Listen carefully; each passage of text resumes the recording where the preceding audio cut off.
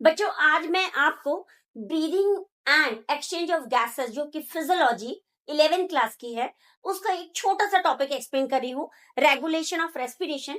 ये टॉपिक बहुत इंपॉर्टेंट है और आज आपको अगर अपने नीट का इस चैप्टर के क्वेश्चन अटेम्प्ट करने हैं तो उसमें इक्वल वेटेज रखता है। बच्चों ये मैंने एक छोटा सा फ्लो चार्ट बनाया है जिसमें पहले RRC लिखा है। RRC का फुल फॉर्म है रेस्पिरेटरी रिदम सेंटर।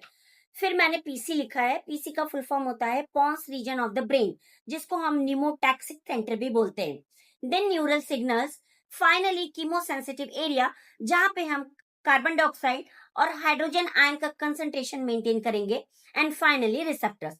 अब इस डायग्राम पे आइए, ये ब्रेन का डायग्राम है। इसमें मैं आपको दिखा रही हूँ पॉन्स है यानी pons region of the brain, pneumotaxic centre. और ये क्या करने वाला है, ये मॉडरेट करने वाला है किसको, मेडुला को। सो यहाँ देखिए पॉन्स है, ये मेडुला है और ये स्पाइनल कॉर्ड है, and this is cerebellum. So pons, cerebellum और मेडुला तीनों मिलकर बनाते हैं हाइंड ब्रेन। यानी जितना भी रेगुलेशन ऑफ रेस्पिरेशन है वो हमारे हाइंड ब्रेन के पोर्शन में कंट्रोल हो रहा है। पहली चीज क्लियर हुई। सेकंड, अब आप इस पे आइए, स्पेशलाइज सेंटर यानी medulla reason of the brain, जिसको हम रेस्पिरेटरी रिदम सेंटर भी बोलते हैं, यानी RRC। ये करता क्या है, primarily responsible for this regulation. अब क्वेश्चन ये उठता है कौन सा रेगुलेशन।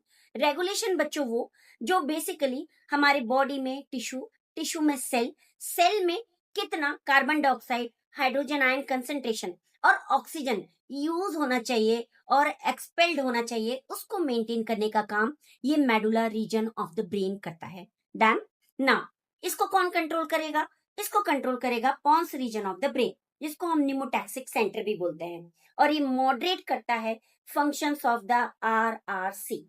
अब ये जो पॉन्स रीजन है, जब ये इसको मॉडरेट कर लेगा तो फौरन से सिग्नल देगा, न्यूरल सिग्नल्स देगा, और ये क्या करेगा, रिड्यूस करेगा इंस्पायरेशन को। कितना ऑक्सीजन आया, कितने देर में आया, कितनी जल्दी आया, उस ड्यूरेशन को भी रिड्यूस करेगा और ऑल्टर द रेस्पिरेटरी रेट भी करेगा।